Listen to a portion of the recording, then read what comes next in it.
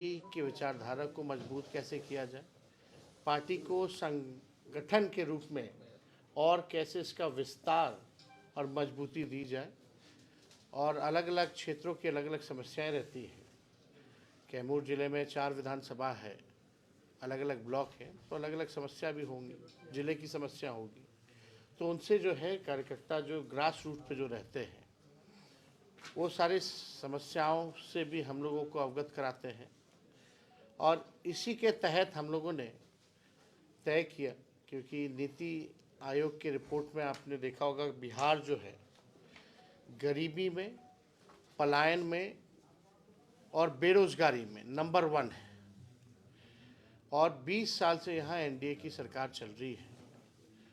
और सबसे बड़ा इशू जो है पलायन का है, बेरोजगारी का है, महंगाई से महिलाएं हर कोई त्रस्त हो चुका है।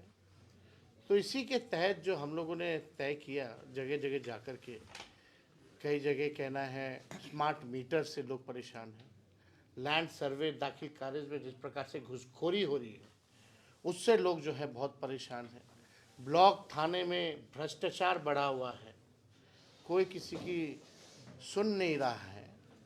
इसी के तहत हम लोगों ने तय किया था कि हम लोगों की सरकार आएगी, क्योंकि महंगाई इतनी ज़्यादा है कि महिलाओं को घर चलाना मुश्किल हो रहा, बचत कुछ नहीं हो पाता, अपने पैर पे कम से कम खड़ी हों, आर्थिक न्याय उन महिलाओं को हम लोग दें। इसलिए माई बहन मान योजना के तहत हम लोगों ने घोषणा किया है, और ये प्रण है कि उन महिलाओं को सरकार बनते ही 1 महीने के भीतर इस योजना की शुरुआत कर दी जाएगी, और हर महीने प्रति माह 2500 रुपये उनके खाते में जाएगा। इसी के तहत हम लोगों ने तय किया कि बिहार में बिजली जो है देश भर में सबसे ज़्यादा महंगा बिहार में बिजली मिलता है, तो 200 यूनिट फ्री में बिजली हम लोग जो है हर घर लोगों को उपलब्ध कराएंगे।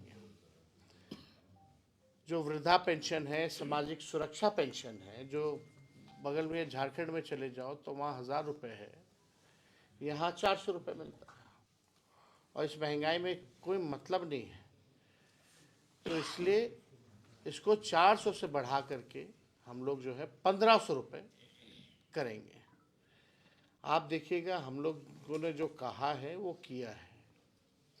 आज कहीं भी चुनाव होता है तो वहाँ नौकरी की बात की जाती है, बेरोजगारी की बात की जाती है, बोला जाता है कि 10 लाख नौकरी दिया जाएगा, 20 लाख दिया जाएगा। कहीं भी प्रदेश में आप चुनाव देख रहे तो इसकी शुरुआत बिहार से हुई। हम लोगों की सरकार नहीं बनी, कुछ सीटों से हम लोग रह गए, लेकिन जब 22 में दोबारा मुख्यमंत्री उधर से छोड़ करके इधर आए तो हम लोगों की जो महागठबंधन की सरकार जो 17 महीने चली उसमें 5 लाख लोगों को हम लोगों ने सरकारी नौकरी दिया। अभी जो बीपीएससी की जो परीक्षाएं वगैरह चल रही हैं उसी का 3.5 लाख प्रक्रियाधीन जो हम लोग करा के आए थे, जो बहालियाँ निकलने वाली थी, बीच में चाचा जी चले गए, ये वही बहालियाँ हैं। तो 3.5 लाख प्रक्रियाधीन, देश में पहले ऐसा कहीं नहीं हुआ कि गांधी मैदान जहां आज एनडीए की सरकार छात्रों पर लाठी मार रही है, लोगों के चेहरे में आंसू है, वही गांधी मैदान उन 17 महीनों में 3 महीने के भीतर बिना पेपर लीक हुए लोगों के हाथ में नियुक्ति पत्र वितरण हम लोगों ने किया। वही पटना का गांधी मैदान जहां रैलियां निकलती हैं पॉलिटिकल पार्टियों की, वहां हम लोगों ने बेरोजगारी को ख़त्म करने के लिए रैला निकाला, और एक साथ पूरे बिहार में लगभग शिक्षक लोगों को लगभग 2 लाख के आसपास हम लोगों ने उस समय हम लोगों ने बांटने का काम किया, नियुक्ति पत्र। अब उस समय हम लोगों ने आरक्षण की सीमा भी बढ़ाई 65% और 10% ईडब्ल्यूएस का, जो पूरे देश में कहीं नहीं था। जाति आधारित गणना हम लोगों ने कराया, IT policy, sports policy, tourism policy, ये हम लोग लेके आए। 20 साल से सरकार को खबर ही नहीं था कि आईटी पॉलिसी की भी ज़रूरत है, टूरिज्म पॉलिसी की भी ज़रूरत है, स्पोर्ट्स पॉलिसी की भी ज़रूरत है।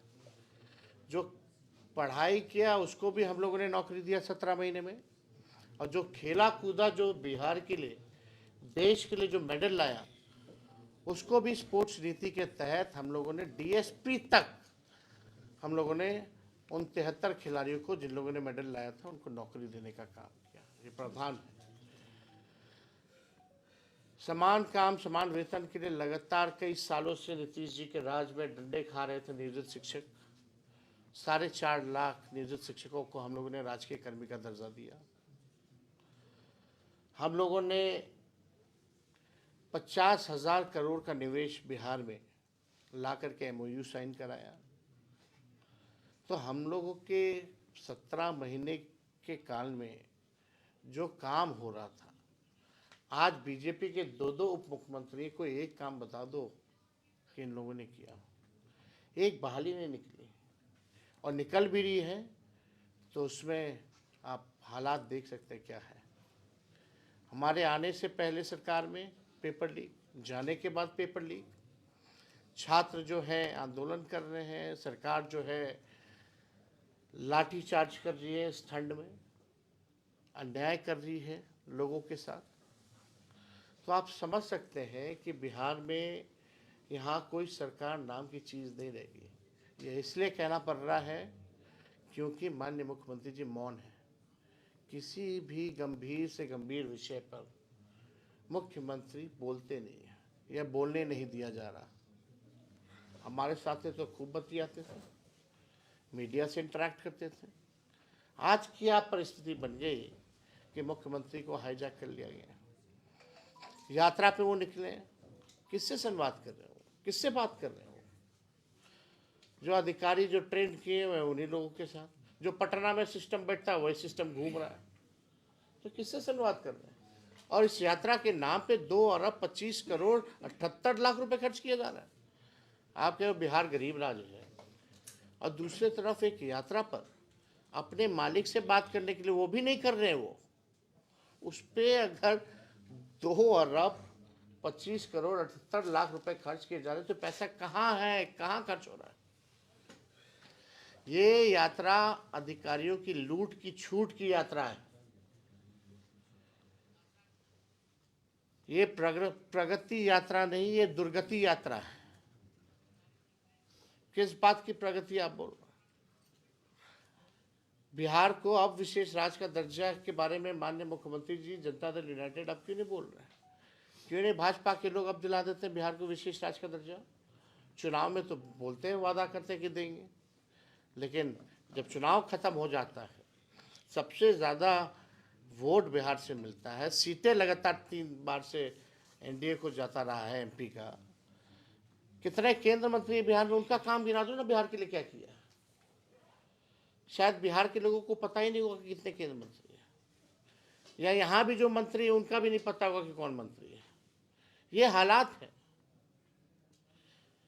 तो पूरी तरीके से सिस्टम यहाँ जो है अफसरशाही काबिज हो गया है। माननीय मुख्यमंत्री जी टायर्ड हो चुके हैं, और रिटायर्ड अधिकारियों के साथ वो सरकार चला रहे हैं। तो अब लोगों का भरोसा उन पर से उठ गया है। अब माननीय मुख्यमंत्री जी कोई निर्णय लेने लायक नहीं रह गए। तो हम लोग हर जगह यात्रा जा रहे हैं। आज कैमूर में हम लोगों का आना हुआ है। सभी लोगों से बातचीत होगी, संवाद होगी, और आप लोग जितने पत्रकार भाई हैं, अगर आप लोगों को कोई सवाल पूछना है तो ज़रूर पूछ सकते हैं। 4 दिन पहले नीतीश कुमार को लेकर चर्चा हुई थी कि सरकार में फिर जाने वाले, उनका कि अब हम जाने वाले नहीं हैं, बीजेपी के साथ ही रहेंगे। भाई हम तो पहले से कह रहे थे भाई, कौन उनको ले कौन रहा है? राजद में मतभेद दिख रहा है। आपके पिताजी कहते हैं कोई के लिए दरवाजा खुला है, आप कहते हैं कि नए साल में मैंने तो हम राय देते हैं ना उनको, हमने राय दिया है।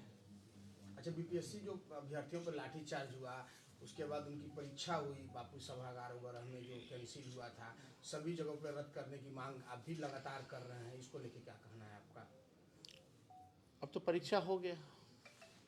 उस पर इस आंदोलन को कुचलने का प्रयास किया गया, डाइवर्ट किया गया। हम किसी पे टिप्पा टिप्पणी नहीं करना चाहते हैं, लेकिन ये आंदोलन की शुरुआत आप लोगों को पता होना चाहिए कि कहाँ से हुई थी। ये स्वतः छात्रों ने आंदोलन शुरू किया था। कोई प्रेस कॉन्फ्रेंस में बीपीएससी के लोगों ने नॉर्मलाइजेशन की बात की थी और लोग कंफ्यूज थे, स्पष्ट नहीं था बीपीएससी का स्टैंड। इस नॉर्मलाइजेशन के खिलाफ छात्रों ने सबसे पहले आवाज़ उठाया। जब छात्र नॉर्मलाइजेशन को लेकर के सवाल उठा रहे थे तो लोग कहाँ थे, कहाँ गए थे? हम लोग 28 नवंबर को विधानसभा में हम लोगों ने इस बात को उठाया। हम लोगों ने वीडियो कॉल पे लोग बुलाया। हम कटिहार थे, कटिहार से हम आए क्योंकि छात्र नहीं चाहते थे कि इसका राजनीतिकरण हो, कोई पॉलिटिकल माइलेज ले। इसलिए जो है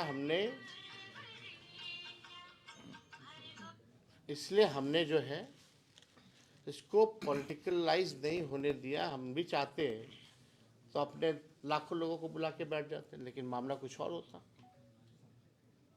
तो बड़ी बात नहीं है हमारे लिए। लड़ाई तो सर आप सुन लीजिए, बीपीएससी के परीक्षार्थी पूरा समझना पड़ेगा ना सीक्वेंस। सर बीपीएससी के परीक्षार्थी अभी जो शॉर्ट टाइम का पीरियड दे करके एग्जाम करा दिया गया है उसके विरोध में है। उसके आप देखिए ना, आप बोल लीजिए सर। हम मिले उन लोगों से, हम भी चाहते तो लोगों को बुला के बैठ जाते, इधर गाइड कर देते, उधर अब रख दिए। कोई इधर बुलाता, कोई उधर बुलाता। हमने उस समय भी कहा था कि हमारा पूरा नैतिक समर्थन उन छात्रों के साथ है। और उनसे मिलने के बाद हमने एक बार नहीं 2 बार मुख्यमंत्री को हमने पत्र लिखा। अब आप बताइए,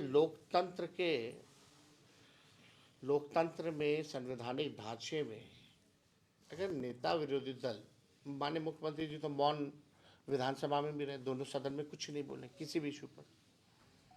इस बार हमने जब चिट्ठी लिखा नेता विरोधी दल के हैसियत से, छात्रे का जो संदेह है कि भाई बीपीएससी को क्लियर करना चाहिए कि नॉर्मलाइजेशन होगा कि नहीं होगा, माननीय मुख्यमंत्री जी ने कोई जवाब नहीं दिया। अब आप समझ सकते हैं वो किसको जवाब देंगे फिर। उनकी जवाबदेही 13-14 करोड़ बिहारियों के प्रति है। लेकिन अगर हम विपक्ष नेता होने के नाते अगर हम उनको चिट्ठी भेज रहे हैं तो उसका चिट्ठी का कोई जवाब भी नहीं, ना हो कोई अधिकारी भी लिख के भेजता उनकी तरफ से। ये हालत है बिहार की। तो आप समझ जाइए, पिटाया लोग, डीएम साहब ने थप्पड़ भी मारा।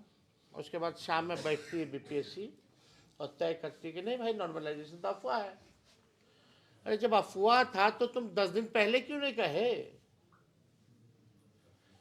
हम लोग सदन में उठा रहे हैं, मुख्यमंत्री को चिट्ठी लिख रहे हैं, आंदोलन पे छात्र बैठे हैं। अब कैसे पता चलेगा बीपीएससी को?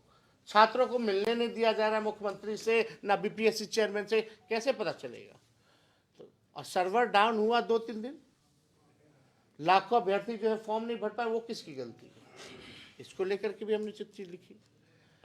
बाद में जब मामला तूल पकड़ने लगा तो कुछ लोग आए हैं, उसमें एक एक्टर है, एक डायरेक्टर है, एक प्रोड्यूसर है और एक वैनिटी मैन है। फिल्म दिखाया जा रहा, चल रहा। तो हम इस पे ज़्यादा इन सब चीज़ों पे टिप्पा टिप्पणी नहीं करना चाहते हैं। तेजस्वी जी, ऐसा नहीं लग रहा कि प्रशांत किशोर ने पूरे मामले में जो राजनीतिक माइलेज लिया है उसमें आरजेडी पीछे खिसक गई, आरजेडी मैदान से बाहर हो गई और छात्र आंदोलन का लाभ प्रशांत किशोर को मिला है। वो एक नई चुनौती के रूप में पता नहीं किसको लाभ मिल रहा है, नहीं मिल रहा है। ये तेजस्वी को लाभ उठाना, फलना को लाभ उठाने का आंदोलन नहीं है भाई।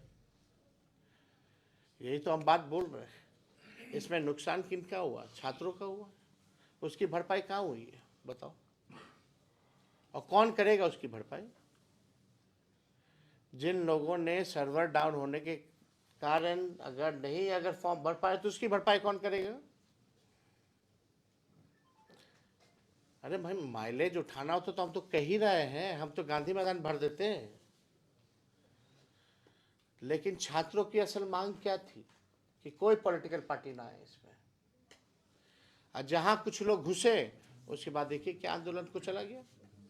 कितने छात्र थे बैठे हुए उसमें? कौन लोग बैठे हुए थे? हमको इस पर टिप्पा टिप्पणी नहीं करना है। ठीक है, सबके तरीके अलग हैं। राजनीति है, राजनीति सबको करने का अधिकार है, लोकतंत्र है। भाजपा के जो प्रदेश अध्यक्ष हैं प्रशांत जायसवाल का एक बयान आया हुआ है कि अगर सरकार इस पे विचार कर रही है, अभी कोई निर्णय नहीं हुआ है, बीपीएससी जो परीक्षा हुआ है, अभी सरकार इस पे विचार कर रही है। अब विपक्ष के पास कोई मुद्दा नहीं बचा हुआ है। सरकार है कहाँ? सरकार है कहाँ? खुद मंत्री हैं। उनसे पूछिए, अगर नेता विरोधी दल चिट्ठी लिखे तो सरकार को जवाब तो देना चाहिए। है कहाँ भाई सरकार? किसका जवाब देंगे वो? कौन क्या कह रहा है? जो मंत्री लोग का कोई वैल्यू है नीतीश जी के राज में? बीपीएससी अनशन के दौरान आपका कहना स्पष्ट है कि छात्र का आंदोलन नहीं रहा है, ये सिर्फ एक पार्टी का आंदोलन बन के रहा है। हाईजैक किया गया, इस आंदोलन को कुचलने का प्रयास किया गया। लाठी छात्रों ने खाया, डंडे छात्रों ने खाए, एफआईआर उन पे हुआ, कई लोग छात्र जेल गए। तो इसमें एक्टर कौन है? थोड़ा सा बताइए। तो आप सब जान, अब इसमें अब बाप रे बाप, आप नहीं समझिएगा तो कौन समझेगा? सर अभी आपने कहा कि 200 यूनिट हम फ्री देंगे बिजली, लेकिन स्मार्ट मीटर आपके सरकार में रहते लगाया जा रहा था, आपने विरोध नहीं किया, आज क्यों? देखिए, जो फीडबैक आया उसके अनुसार हम लोगों ने किया है। और ये स्मार्ट मीटर का तो बहुत पहले से चलता आता है, हमारे सरकार से पहले से। कोई हमारे सरकार का निर्णय नहीं, ये पहले से जो था योजना वो लाई गई थी, इम्प्लीमेंटेशन अब हुआ। अभी भी अगर आप देखें तो बहुत सारे ऐसे ज़िले हैं जहाँ नहीं लग पाया है।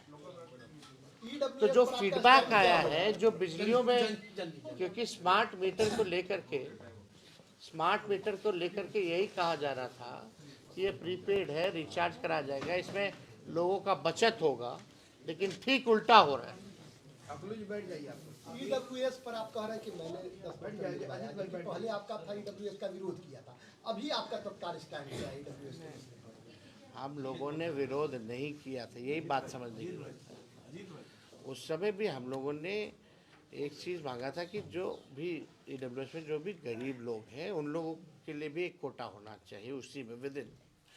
और दूसरी जहाँ तक बात है, हम लोगों ने ईडब्ल्यूएस को नहीं हटाया, हम लोगों ने 75% आरक्षण जो लागू किया उसमें 65% हम लोगों ने बढ़ाया और ईडब्ल्यूएस 10%, यानी टोटल 75%। अच्छा, सम्राट चौधरी जी भी कह रहे हैं कि हम लोग बिहार में मुख्यमंत्री नीतीश कुमार के चेहरे पे चुनाव लड़ेंगे और लालू जी एकदम हताश हो। उन लोगों का स्थिति ठीक है अभी? आपकी जानकारी के मुताबिक क्या स्थिति है? विश्व की सबसे बड़ी पार्टी है, दूल्हा कोई नहीं है, ना चेहरा है, अभी भी पिछलग्गू बने हुए हो, अकेले लड़े ना। जैसे महाराष्ट्र में हुआ, चलिए। महाराष्ट्र में